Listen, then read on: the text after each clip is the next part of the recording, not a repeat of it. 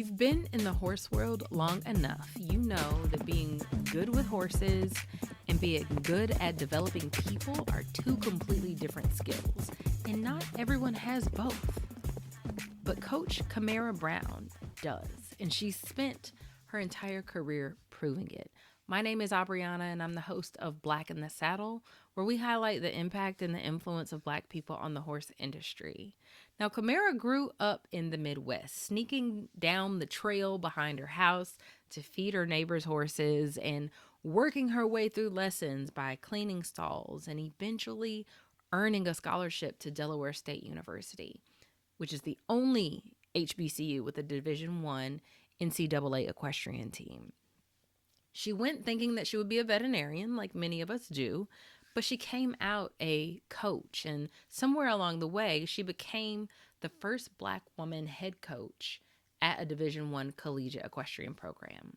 And that wasn't because she was chasing that title.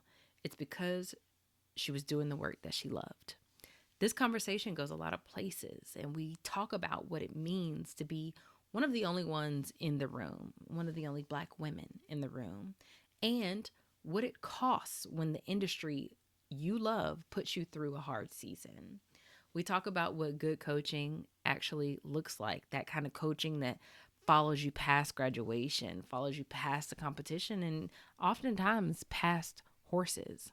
We're going to talk about what she is building now and why 5-year-old Kamerra is the whole reason for it. She's also joining us for the Kinship Conference this November, and after this conversation, I think you're going to understand exactly why I wanted her to be in the room. All right, let's get into today's episode. So everyone has an origin story. So take us back to how you found horses and what made you decide that your career needed to involve them. Yeah. So my mom, I'll take it back to my great grandfather. They lived, and my mom and my grandma, they lived actually beside a racetrack. And so my mom always loved horses, and my great grandfather was actually a farrier. And so my mom always wanted a horse. And of course, my grandfather, he knew how expensive they were. He's like, no. So my mom always shared the story of how she got to walk one time, and it stepped on her foot, but she didn't tell anybody. She was just excited to interact with a horse and be around a horse, and that was it. And so me growing up, we didn't have horses, but our neighbors had horses in our backyard. Mm-hmm. And so we would travel. There was a trail down in the woods to the neighbor's yard. And so we would always go and feed their horses carrots and stuff. And so that's when my love came for them. And I always wanted to ride. I always wanted to go see the horses. So at that time, they also had birthday parties where they could bring the horses and you ride them for the birthday party. Mm-hmm. So I did that. I got to do that for my 5th birthday. And then my 6th birthday, they came, and then finally, my mom got me a set of lessons, but it was expensive. So I got a set of lessons, and I was just hooked. Like I wanted to ride. And so then at that time, she was like, why don't you try other sports? So I did soccer, I did track, I did basketball. I was terrible at basketball. Softball was a no-go, because if I was bad at basketball, oh God, a ball coming at me and I have to hit it, that was not going to be good. Right. Um, but I wanted to ride. So then finally, I ventured on down there, and I was going to go try to ride one of the neighbors' ponies, and it was like a little pony. It was just for show. It wasn't to be ridden or anything, but I didn't know that. And then so they stopped me before danger could have occurred. And so then that's when it's like, okay, she's serious about this. So Mm-hmm. I got another set of lessons when I was 9, and then that was it. I was hooked since then. Mm. Um, yeah. And I just, anything that I could do, I did it. Like, I was working, like I was cleaning stalls. I was learning how to be good at it so I can financially afford it. Right. So that was really what it was, just my love and my passion. I just made sure that I could be able to stay in it, kind of thing. Mm-hmm. Mm-hmm. Well, as horse people, we or there should be a common understanding that just because you are good with horses doesn't mean you are good in developing people and like training people on the horse. So what was that Mhm. shift for you? How did you find that you were also good at training others and coaching others and developing their horsemanship? Oh, that's a really good question.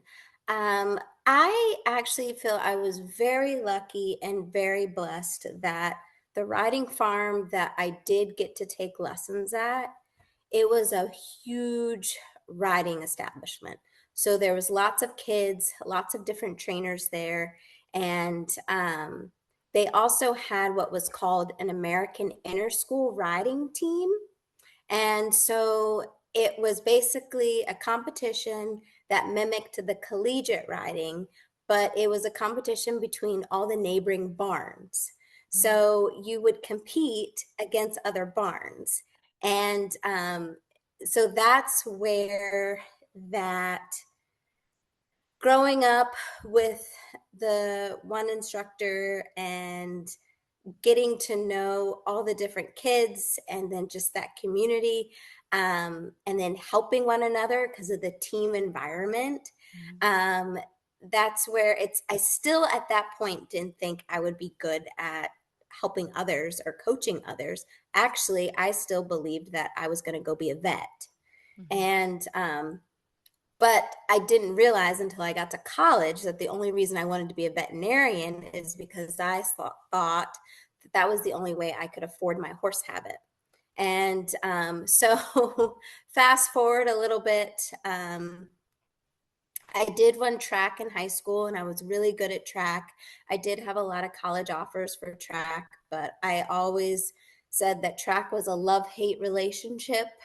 I did enjoy running, but the practicing was not enjoyable. Yeah. But it's fine. So then when the scholarship offer came in for me to ride at Delaware State University, which is the only HBCU with a Division I NCAA team, I took it. It was a smaller campus, and actually, I never heard of an HBCU until I visited Delaware State. Mm. And I would not change that. uh, I wouldn't change a thing. I got some lifelong best friends there, and I learned a lot as a person. Yeah. Um, and then we will circle back to about why later in a bit. But Yeah. during then, again, team environment, helping my teammates. Yeah. um, that's where I just remember some lessons, like even my teammates looked to me as a captain for help, and they would, hey, I'm struggling with this horse, or hey, I'm struggling with this pattern, can you help me, can Mhm. you help me after school, and so yeah, I would help them, and ideas that I thought of, and we would bounce ideas off of each other, so that was helpful.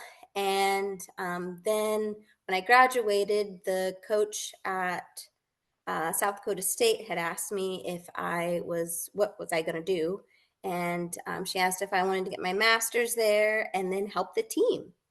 And I said absolutely, because I was kind of already groomed a little bit, helping, like I said, growing up, helping with the Mhm. team, and then helping with my college team. So I said, absolutely. And then I was going to get my master's in equine nutrition and then go off to vet school. Mhm. Oh, that was still But the plan? again, I said, yes, it was still the plan. My plan did not change until we are still very good friends today. And she actually gave me my first job. Her name is Dr. Meredith Vargas, Mhm. and she owned a vet clinic in town. So when I was in high school, I worked there in the kennels because I wanted to be a vet. And I still talk to her today. I do credit her as being one of my mentors as well. And people call me KK. And I remember I was struggling in monogastric nutrition. And I had called her up. I know that's just learning one stomach. I I didn't know. realize I had to learn that there's other stomachs. And I was like, how am I going to get through that? I can't even learn about one stomach. And she said, KK, why do you want to be a vet? Because again, like, yeah, why am I struggling so much if this is what my passion is? And the truth is instead of being in my cubicle studying, I was helping the girls on the team again. And she was like, why do you want to be a vet? And then my first response was to support my horse habit. And then she's like, that's not a reason to want to be a vet. It Mhm. sounds like your passion is coaching and teaching, and you're really good. And I said, oh, okay. So, I mean, she's right. So then Mhm. I changed my major to um, sport and recreational sciences with an emphasis in coaching and teaching. And that was the best decision ever. Haven't looked back. But Oh, yeah. I love that. I love as someone who was also pre-vet, I completely get it. hmm And I love it when I did a podcast episode with my mentor, Dr. Kennedy, who is a small ruminant and camelid vet.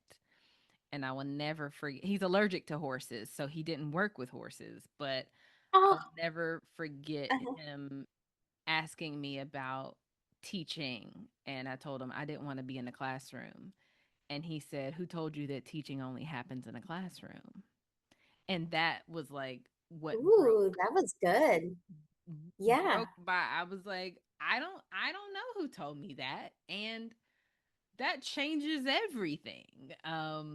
So hmm so yeah, I we love those mentors that understand that you came to them for a reason, but they are comfortable enough with you to tell you what they hmm see in you. And it's oftentimes the Yeah. things you can't see in yourself. Yeah. You're right. You're absolutely right. Yeah. You're absolutely But, right. you know, this podcast is called Black in the Saddle for a reason. You built a career in spaces where a lot of people did not look like you. Um, how did that impact your journey, and how does it continue to impact your journey? Um, Growing up, no, I didn't see a lot of people like me, but I also credit my barn family. And like I said, when I say barn family, that community that I grew up riding under and in, it's my trainers were wonderful. The riders and families around me were wonderful. They didn't treat me any differently. Mm-hmm. And so then with that, I didn't see differently either. Mm-hmm. And as I talk about that, this is really deep and personal, but you gotta talk about it because others might feel that way or kind of like. So I didn't see it any differently. Actually, I thought I was white. I just thought that I was really tan. Mm-hmm. Okay. Um, and so I didn't see it differently. However, if you talk to my mom, yes, our family was great, but yes, she would feel so uncomfortable sometimes because we were the only ones. Mm-hmm. And she never let me see it. But later on, as we're older, she's like, oh my gosh, yes, it was so uncomfortable. But luckily, we had a great barn family, so I didn't feel any different, but it's still uncomfortable. Mm-hmm. And um, and I know I am very blessed in the sense of I know others have not had that same experience. Yeah. And especially if you talk about older horsemen that I've spoken with, that is not their experience. That is not their journey. Mm-hmm. And so I do feel very blessed and I do feel very lucky that I didn't have to encounter some of the things that they had to encounter. But also, too, it goes to show that there is growth as well. So I do see both sides. Mm-hmm. Um, Mm-hmm. for me, my biggest thing is if you see it, then you believe it. So I wished I would have saw someone like me, and I wish I would have saw someone that was as approachable as me. Yeah. I wish there was someone there that I could talk to or reach out to. So that's what I feel like I enjoy being that. Like Mm-hmm.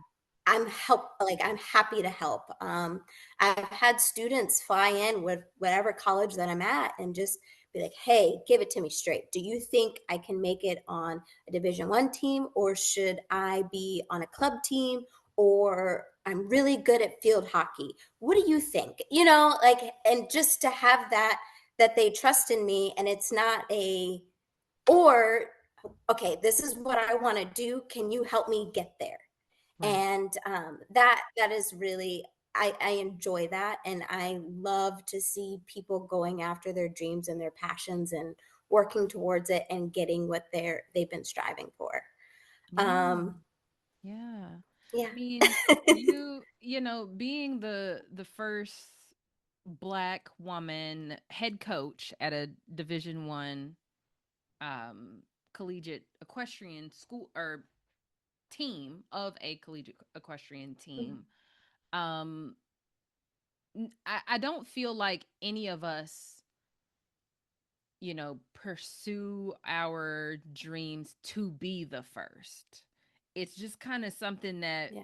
we we discover after the fact. Like I was just Hmm. minding my Yeah. business, but truly, there hasn't been anyone Yes. else. Oh, okay, I'll be the first. And in 2026, we're still very much having a lot of firsts when it comes to being Yeah. Black people, Black women in the horse industry. So, what does that mean to you? And does it influence, um, the decisions that you're making going forward at all? Yes, it does. Mhm. It is a huge influence actually now where I am today.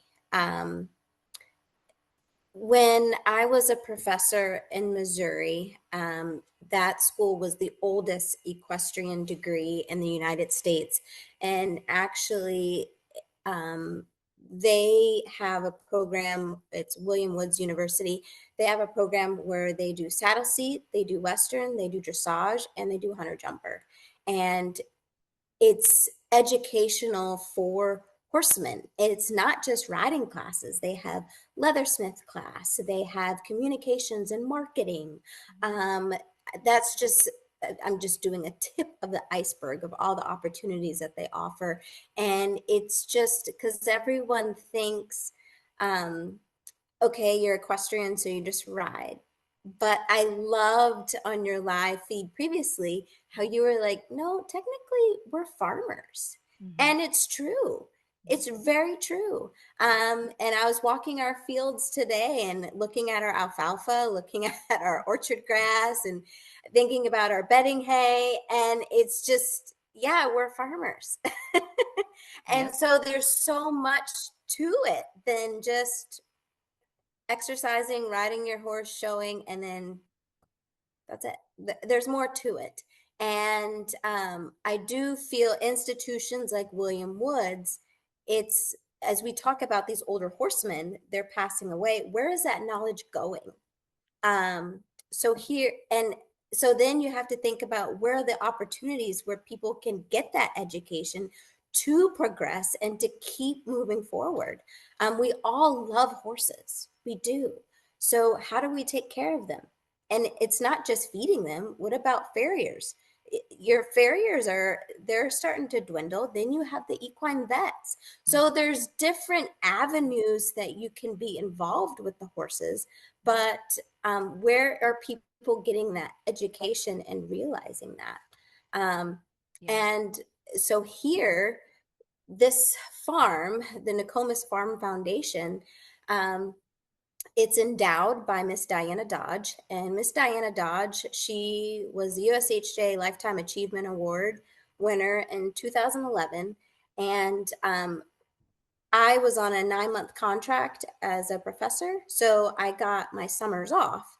And Mm-hmm. so I would come and ride and show her horses here. And she always wanted to help young professionals. She always wanted to make the sport accessible. Mm-hmm. And she always felt that, again, what I'm talking about right now is, where is that opportunity coming? Right. The horses give us so much. It's not just for sport. We use them for therapeutic items. We do so much, and they teach us so much, and it's kind of, they don't talk back, but they give us so much. So it's kind of like, I'm so excited where this is more aligned with me Yeah. giving back, and also being face for that. I always think about it as 5-year-old me out there. Mm-hmm. What would I want What to she, see? And yeah. this is what I would want to see. Yeah. The Kinship Conference is coming. Black in the Saddle is partnering with the Urban Culture Association of Black Cowboys and Cowgirls to bring to you this 2-day experience. This conference is designed especially for Black horse folks. I'm talking about Black cowboys and cowgirls, Black equestrians, or anyone who really just loves learning about this culture. We have over 28 speakers coming to deliver sessions and workshops on a range of different topics. We're going to have live music. We're going to have industry roundtables and panels. You need to be in the room. If you feel like you want more from your work in the horse industry, or you have been feeling alone in what you do, this is the event for you. Tickets are on sale at blkinthesaddle.com/kinship, or you can find the link in the show notes.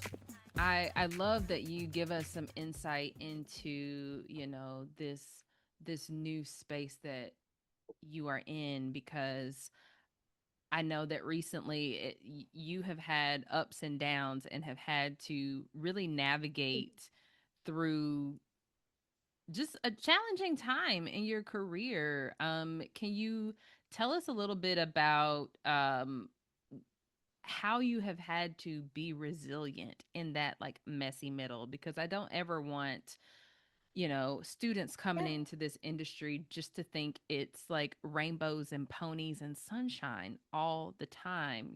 There's already the hardship that comes with dealing with horses and their just being alive or challenging that. But then there's also just the hard times that come with choosing a career in this industry. Can you give us some insight into that? Um, it all goes into your character. Mhm. If you have to question your character and your ethics, Mhm. that is either not the job that you should be in, or, you know what, just simple as that. Yeah. If your character is questioned, and when I say questioned, not going about your belief. And when I say belief, I'm taking it down to, my cousin at a very young age was very much into faith. She gave me the teachings of Jesus Christ, went to church, went to Bible camp. And during these rough patches, I had to lean on him. I had Mhm. to lean on him. Mhm. And that actually, I guess I can't even speak upon it, because that was the most powerful thing for me, was Mm. to grab onto my faith. And Yeah. once I grabbed onto my faith of what has been instilled, it was kind of like, okay. And then also to the horse community. I have built a reputation, and horses have connected a community and friendships that people saw that some people were like, why are they saying untrue statements about you? Like, Yeah. it's and so actually during this time, the horse community really rallied Hmm. and really stepped behind. And when I say the horse community from all different aspects, not just the hunter jumper world, Right. not just USHJ world. I mean, um, I have you. I have Black in the Saddle. I have, um, and I know he won't care if I say his name, Aoife from Aoife Fit. Like, Yeah. just different aspects of the community reaching out and how can I help? And I know I'm just leaving out. I have to mention this name. Her name is Lee Nickel, and she was who first recruited me at Delaware State. And she started the program there when it first started. Mm-hmm. And then, of course, Delaware State has only had two head coaches, and the first one, Lee, who started it, and then Jennifer Ridgely, who's been there for over 20 years now. Um, Yes, I just met that, her. mhm, Yeah. yep.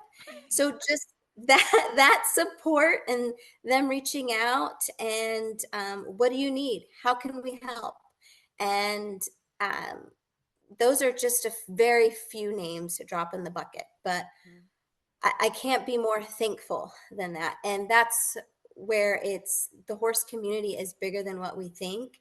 And we're actually a very loving, caring, supportive group. Yeah. I know it might seem that we're so big, but I feel as though when things get rocky, everyone pulls together. Yeah.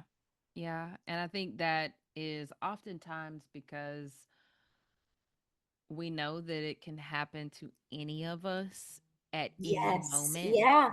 You know, Mm-hmm. I see that a lot within, you know, just the different communities that I'm in the horse industry as well. There's just like we get it. We get it. You know, troubles with horses, Yeah. we get it. Troubles with rigs, trouble with the farm. You know, we get it. And so we're a Mm-hmm. lot more inclined to pull together quickly than to just not do anything. That's just not the nature of a lot of people in this industry. But you are building out a new program. You know, I have been watching Yes. you, you know, share your perspective and share your story. And I'm so happy that I get to be a part of bringing your story out into the world. But tell me about your vision for what you're building now and what gap you feel like it's filling that may not be addressed maybe in your area or in your discipline. So, what I am so excited about, we're still building, but the vision is everyone talks about accessibility. We Mhm. can provide that. Diana Dodge, she created an endowment for the foundation, so we can give back. We can give back. So I can have clinicians in. I can provide that accessibility. I can provide free clinics. Mhm. I can provide that opportunity. I feel like for so long, you may feel like, oh, I can't ride. They're so expensive. I can't go. Now you can. Now you Mhm. can.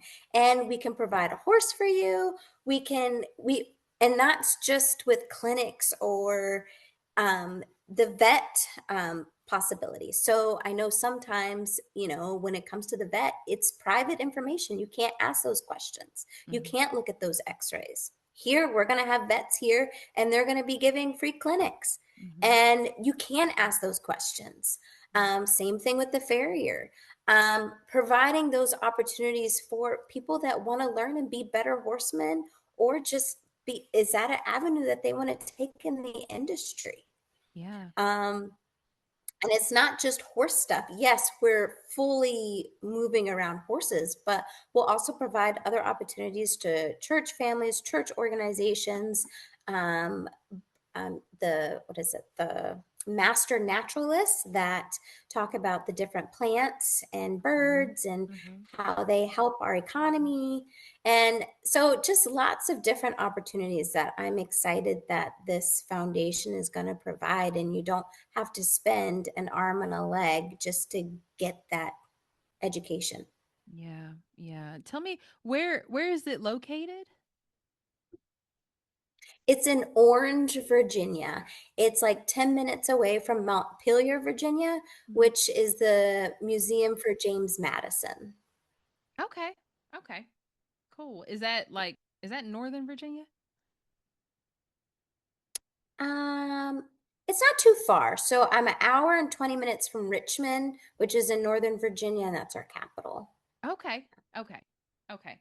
I was just up in Lorton, Virginia. Ooh, that's yeah, that's about hour 30 minutes from us. Okay. It's around Okay. that area. Okay. Not too bad. Not too bad.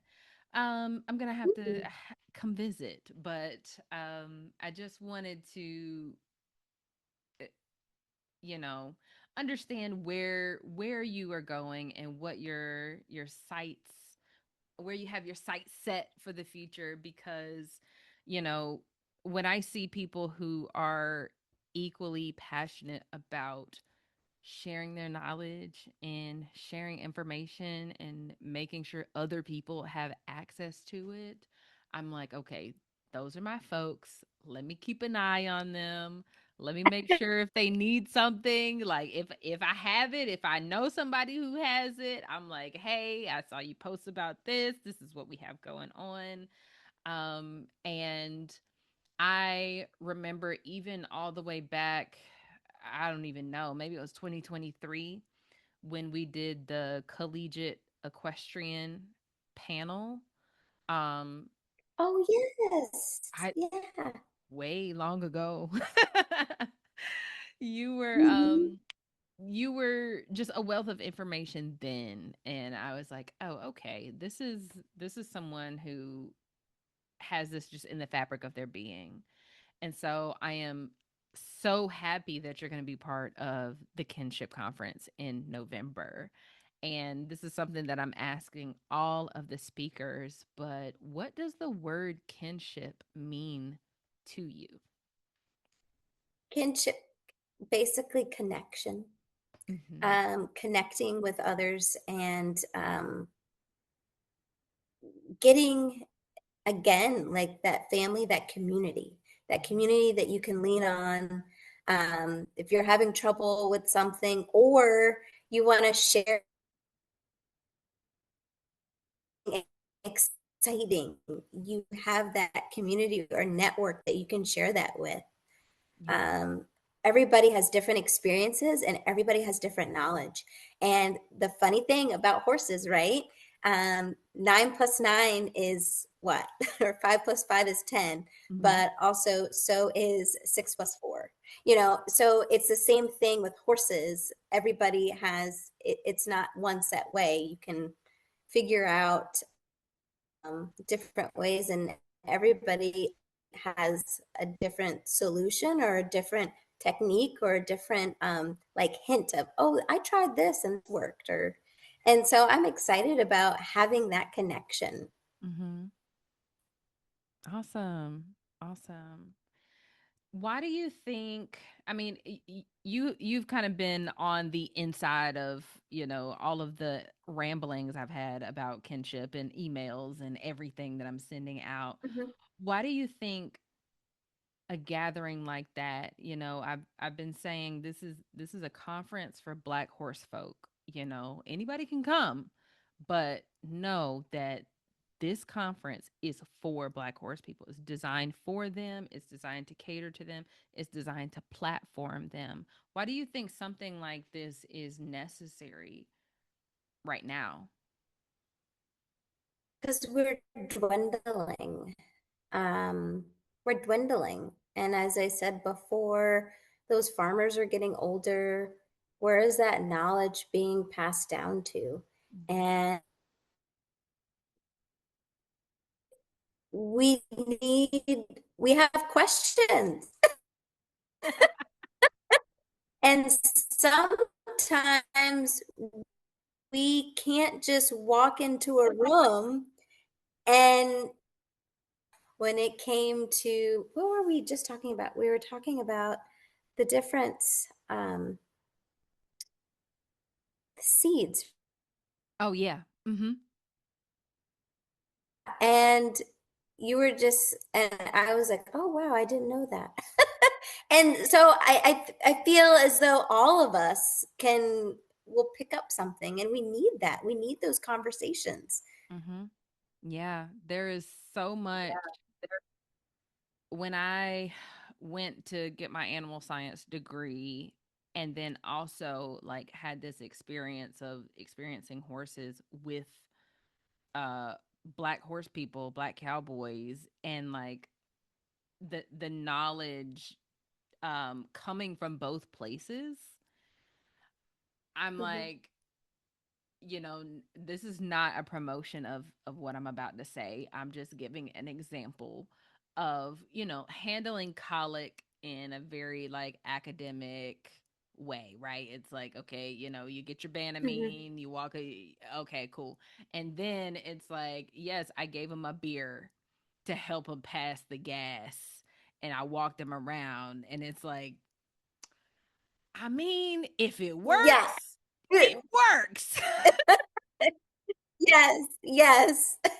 I'm Two. glad you said it because I was thinking about those things too. Like things have changed and we know more. So Mhm. when you know more, you do better. Yeah. And we need that. We need that. Yeah. Yeah. And also, I learned just because the knowledge comes from like this academic source doesn't mean that it's 100% accurate. That just means that's what was Correct. chosen to Yep. study.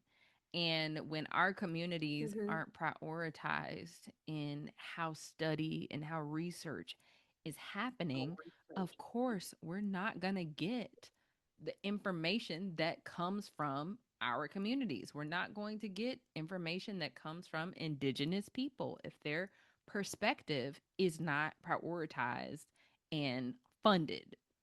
So, Yeah. who the stories come from, who the information comes from is just so important in, you know, passing down that like that wisdom that you might not be able to get in a textbook, right? Um Yeah. Yep. okay. So, what do you hope that people will get from your talk at the Kinship Conference? That's a really good question. That's a really good question. And I do feel that my answer is going to change. Mhm. Um, so I'll say something today, but when I get there and I meet everyone, it's kind of like I pick up on what needs to be shared that's going to be most beneficial to the group. Yeah. So I'll say this, but I'm pretty sure when I get there, it might be something different. Okay. Okay. But what I feel as though when someone walks away and they meet me, first thing is, wow, she is very kind. And I do want that to be known. I'm very kind. Mhm. And then the next thing is support, I guess you would Mhm. say.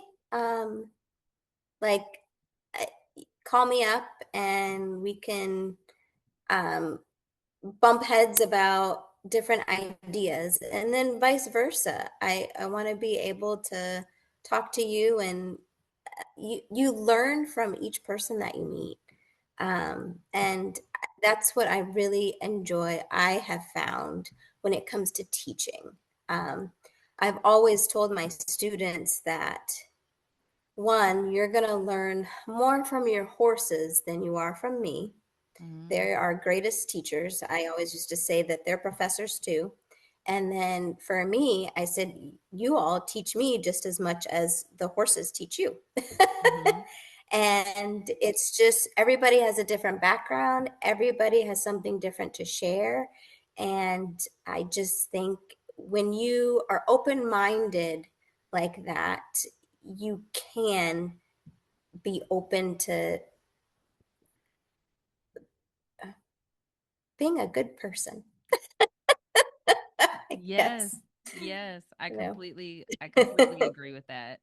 Um, what is something that you want the next generation of riders to understand, or not even just riders, but riders, coaches, um, industry professionals? What do you want them to understand about what it means to coach people through their horsemanship journeys, through their riding journeys?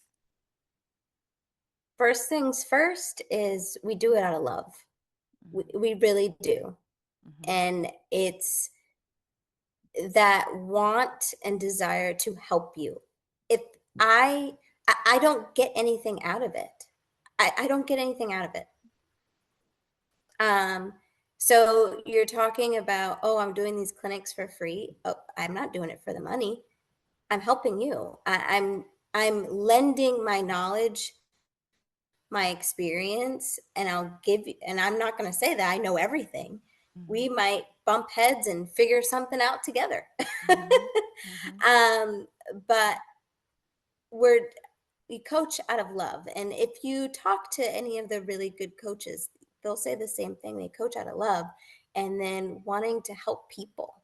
Mhm. When it came for students, for me, it's 4 years is their it's a big chunk of their life. It's a really serious part of their life. And having someone, you don't know their background, some you do, some you don't know their background, and being able to know that you have that person in your corner that you can call up and be like, hey coach, they still call me coach. And you've graduated, you're older, you have a family, you're married, and they're like, hey coach. um, Still like, hey coach, I have this athlete, she's having trouble with this, what would you suggest? And or even life events like, hey, I am going through this, what is your tip on how to get through this? And Mhm. sometimes I'm like, oh, I've never experienced that, but we can talk it out.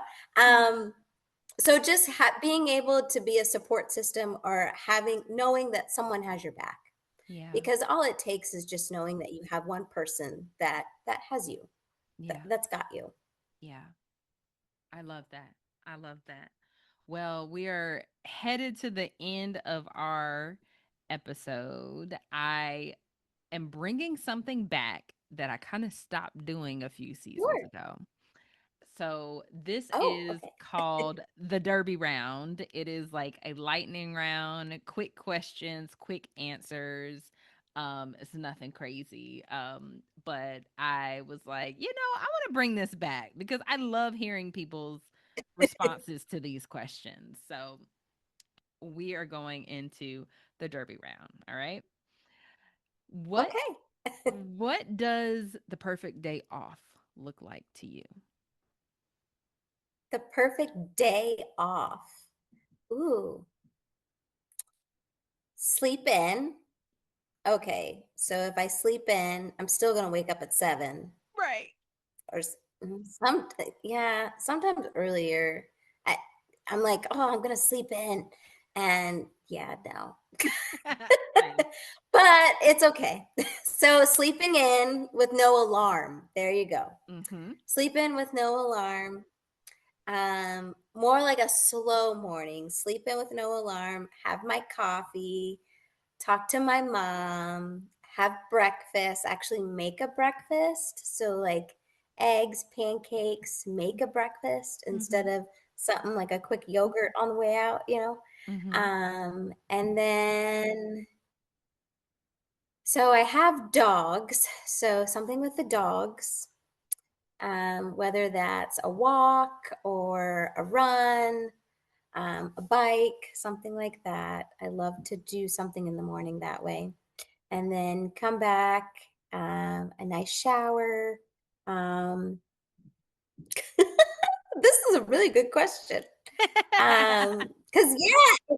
I'm trying not to involve horses, but it's going to involve horses somewhere.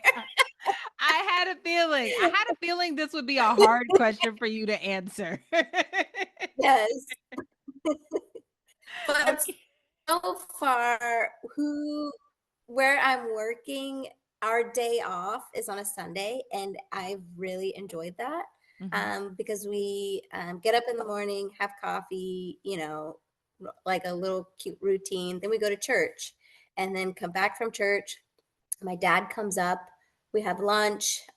We work on the house, and then have dinner, and then I go to bed. I love that. So I love that. A yeah. smooth and easy Sunday. Okay, next Hmm. question. Do you prefer morning rides or afternoon or evening rides? Morning rides. Yeah, cool. Yeah. What is a technique that you use in your coaching that you feel is underrated? Um, a technique that I use that's a little underrated. Oh, okay. So I do like a reflection after the ride, and I always say one thing you liked about your ride and one thing that you would like to work on. And to fully acknowledge that what they're feeling, it's what they're feeling. It's not wrong. So this is what you feel. Don't say I think. Say Mm-hmm. I feel this way. I need to work on this. This was really good. And once they start changing how they talk about themselves or what they said about their ride, it changes them as a rider actually. So it's like a little tweak that I do because everybody says that. I think I did this. And it's like, no, that's what you felt. Be confident about it. Yeah. So let's talk about it. Yeah, yeah, that changing of that mindset. I always say words mean things. So Hmm. Yeah. say the words that make sense. Say the words that are true for you. Yes. So I absolutely love that. What is the worst barn habit you've ever had to break, whether it be your habit or a habit that your horse has had? Ooh, that's a good question. A worst habit that I had to break. Oh, you know, it's like a big pet peeve too. When they try to go in before you in the stall, Mm-hmm. like so the whole way it's even going to the paddock, going in the stall, outside of the stall, Mm-hmm. it's like I'll make them halt, I'll make them back up, I'll make them do and lead you into the stall. So then it's a huge pet peeve of mine if you have people bringing in horses and then they just let them Mm-hmm. go in because it's dangerous. So Yeah. yeah. Yeah. Yeah. I 100% agree with that. Okay. What is one piece of Yeah. tack you refuse to cheap out on? Ooh, one piece. One Choose piece. one. One piece. Oh gosh. Ah, okay, one piece. I guess I'll say the girth then. Yeah. You know, that is a major influence for literally every other piece. So I can appreciate that. What would Um, you say? I'm sorry. What do you think? That's a really good question. I had to think about that. um, I am such a laissez-faire rider. Like, I'll ride bareback to just get it done because I don't feel like going to get the saddle. So it's just I Yeah. just have a different relation. So it's not a piece of tack, but my trailer. It's Oh, it's not okay. tack, but I'm Yeah. like, this is the baby carrier. We make Yeah. sure the baby Yeah. carrier is fine. Yeah, I agree with you. I would totally change my answer now after I agree with you on trailer. I'm changing my answer. Okay, okay, sounds good. And the next time I do this, I'll tweak the question a little bit so it can include trailers because that's very important. Um, All right. So we all know that kind of, when it comes time to show or No. perform, Okay. Okay. when it comes time to show or perform, we can sometimes get the jitters. What is something that you do to prepare yourself or your students for the pressure of competition? Oh, absolutely. So all of them are different. Um, and so we do talk about that early on of what gets them going, what makes them feel confident. Mhm. And some they like to, when it comes to students, I'll talk about students first. Mhm. Some students like to just kind of go be by themselves for a minute. Mhm. And I tell them that's perfectly fine. They're not being antisocial. They're getting themselves in the zone Mhm. and focus. And so I've had some where they go, it's not that they are away on their phone. They are just away and they're watching, they're listening, meditating, and they're getting in the zone. Then I have some, they want to have fun. They want to laugh, they want to dance, they want to joke. I'm all for it. I'm their go to for that. So we'll have jokes, we'll have a good time. That's fine. So we have some that are like that. And then I have some where I don't want them to, I teach independence. So Mhm. there are some that want me at every corner, talk about every single step. So I feel as though we talk about that early so they feel more prepared. And then they need to go, I will tell them to go to a place where you can see the whole course. Close your eyes and envision the plan that we discussed earlier that week. Mhm. And so some will do that. And then we have some that they just they want to go in and just do it, and they just want me to say, "Go have fun," and that Mhm. works for them.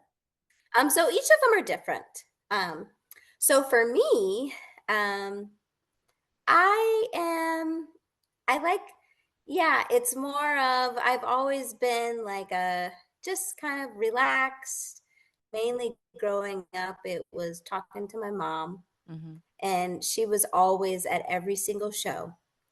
And so that's kind of, and even when I would compete, it would be talking to her, but not before the competition, but at least the night before, and Mhm. just, it's not like talking about the show. It's just hearing her voice, talking, just talking to her. Yeah. And then going in the ring, it's like, I'm just like, it's showtime, you know? So it's fun.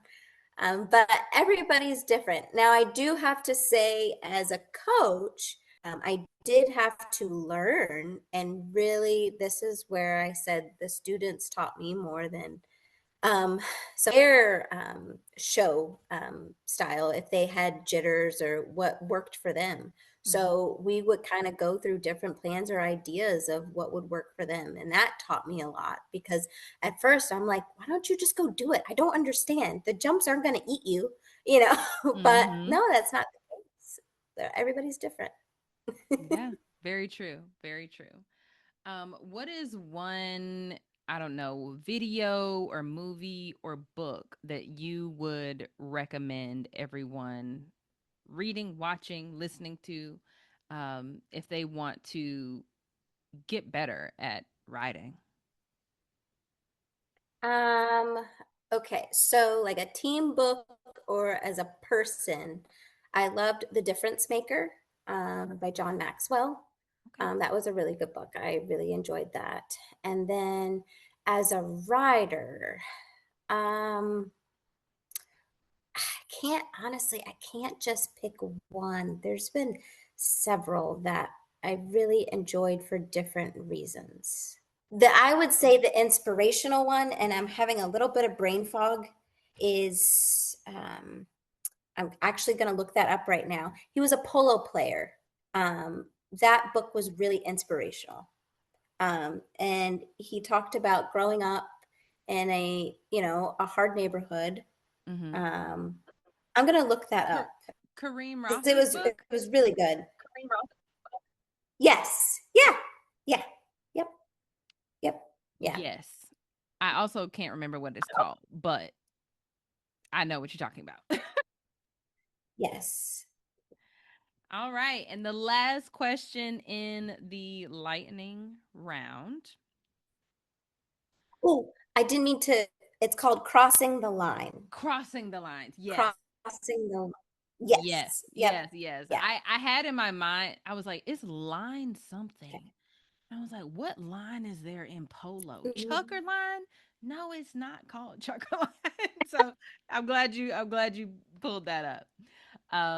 Awesome. Okay. What is one word that you would use to describe what horses have taught you about people? Ooh. Patience. Mm, I love that. Patience. That's so true. So true.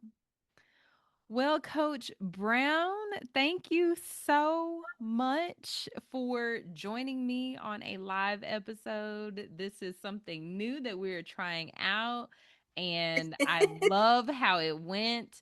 Um, I will just say, I don't know if you remember Allison Williams.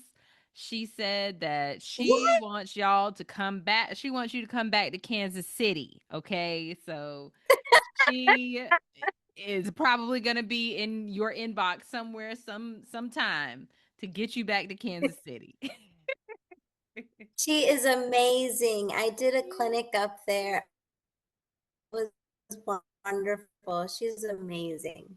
I love that. I love that. So, thank you so much for coming on and sharing your story and sharing your wisdom. And I absolutely cannot wait for you to join us at the Kinship Conference to do the same for even more Black horse folk around that are coming from around the country. So thank you so much for your time, and I hope you have a fantastic weekend. You're welcome. Thank you for having me on. Thank you for tuning in to another episode of Black in the Saddle. Subscribe to the podcast on your favorite podcasting player and over on YouTube. You can also join us on Patreon. We started that new this year, and that is where the behind the scenes lives, okay? Behind the scenes of episodes, of events that we're planning this year, and much, much more. So I cannot wait to see you over there.